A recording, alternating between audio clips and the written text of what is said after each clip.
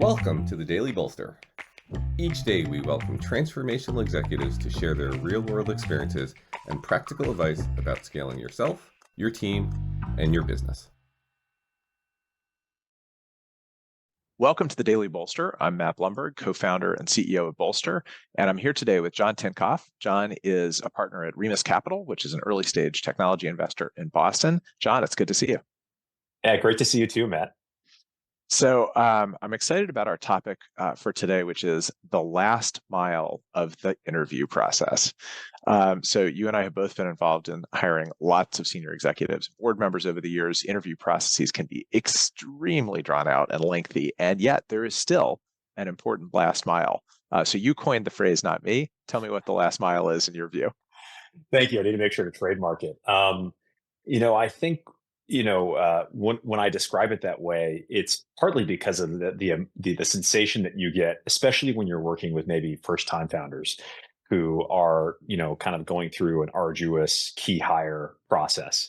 And you get to that moment where you've got maybe three outstanding candidates that have all made it there for good reasons, right? They're on paper excellent. They may interview really well for the role, have certain things that are very impressive about what they've done.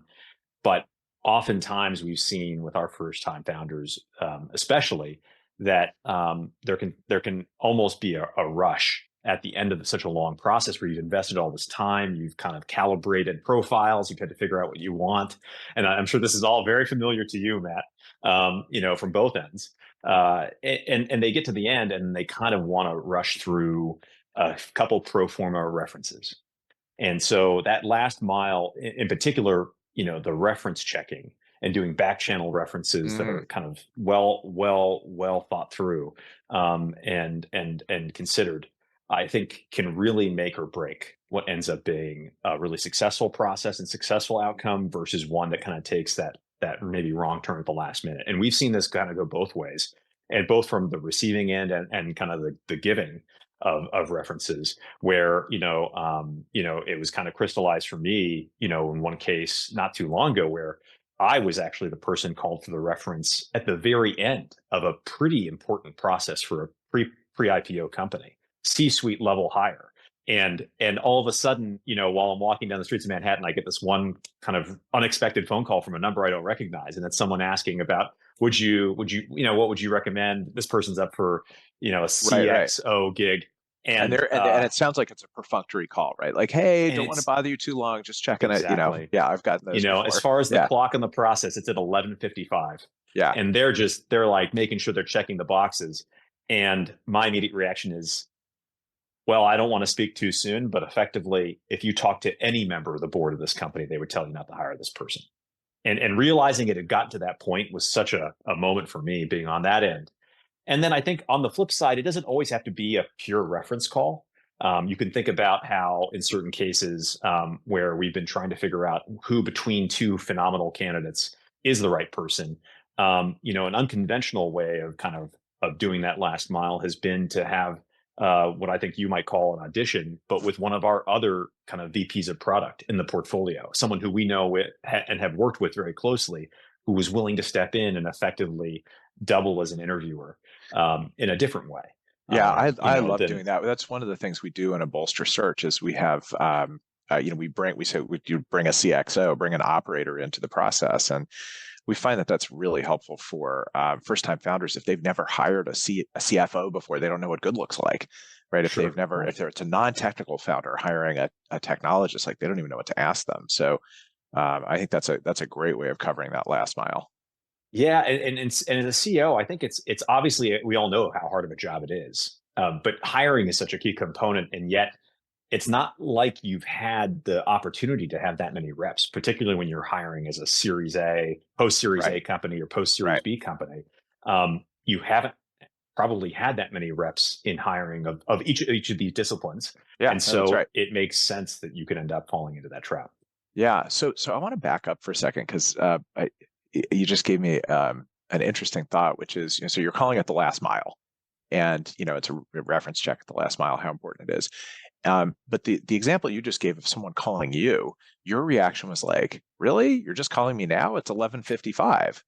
So the question I have, the sort of follow-up question here is, should it be the last mile? Or like the minute you realize you're serious about a candidate, before you have them do 27 more interviews, should you start the back channel reference process in parallel? It's an interesting question. I don't know what best practice might be considered in kind of from a recruiting standpoint, particularly for someone like you, who I'm sure sees so many examples of this. But I will say, from my personal experience, I've moved towards trying to push the references to kind of move up in the process, move up the stack in priority, because I've just seen them be so kind of telling and instructive about, you know ultimately, I think we all know that, like, if you get the right person in the right seat, everyone's going to be happier. And and and figuring out what really allows you to distinguish between the right fitted candidate and what maybe questions to push on or probe more deeply in with another candidate, the sooner you can get to those, usually the better, I think. But Or but yeah, at I least think one, right? Like pull one of them up early in the process and make sure that you're not off track. if I think about the last process I did, Matt, that is something I did try and do. And in fact, I did do, I should say. And effectively, it was, I don't know if, in some of these cases, it produced kind of like what I might call a yellow light as opposed to like a red light, but Right. it usually was, it was something that I was doing instinctively.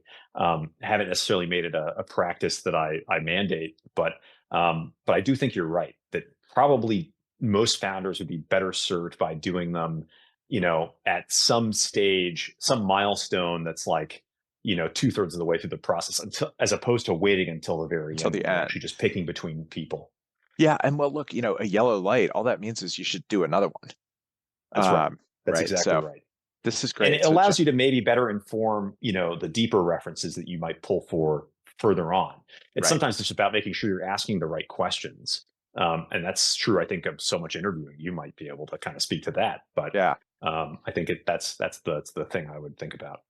Well, this was a fun conversation. I think you and I just may have co-created a new best practice for interviewing, but all keyed off of your framing of the last mile. So, John Tincoff from REMUS Capital, thank you for being here today.